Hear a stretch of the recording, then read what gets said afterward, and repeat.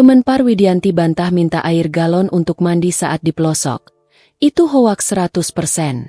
Pihak Kementeri Pariwisata RI menanggapi usai viral Menpar Widianti Putri Wardana disebut meminta mandi dengan air galon saat kunjungan kerja di pelosok. Kemenpar menegaskan kabar itu tidak benar sama sekali. Staf khusus Menteri Pariwisata, Apni Jayaputra, menyebutkan, isu tersebut berawal dari sumber anonim di media sosial yang tidak bisa diverifikasi. ASN mana? Sumbernya anonim.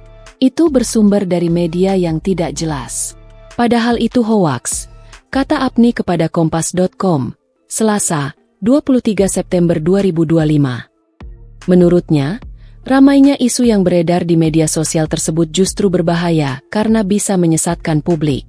Kalau gosip berkembang jadi disinformasi bahkan hoaks, itu mengerikan, ujar dia. Apni yang kerap mendampingi Widianti saat kunjungan kerja menjelaskan, isu mandi air galon jelas tidak masuk akal. Ibu Menteri biasanya perjalanan PP, pulang pergi, atau menginap paling lama 1 malam. Itu pun di hotel atau homestay dengan kualitas, saluran, air bagus. Jadi tidak ada perlunya mandi pakai galon. Itu 100% hoaks, kata Apni. Selain isu air galon, publik juga ramai menyoroti gaya berpakaian sang menteri. Apni menjelaskan, foto yang beredar sebenarnya diambil sebelum Widianti menjabat menteri. Isu lain yang beredar adalah soal penyambutan yang merepotkan. Apni menegaskan justru sebaliknya. Widianti tidak ingin membebani daerah.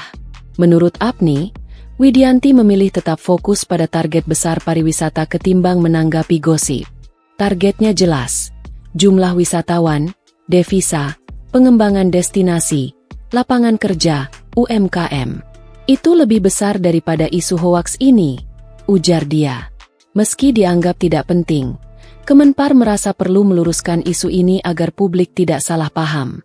Download Tribun X sekarang, menghadirkan lokal menjadi Indonesia.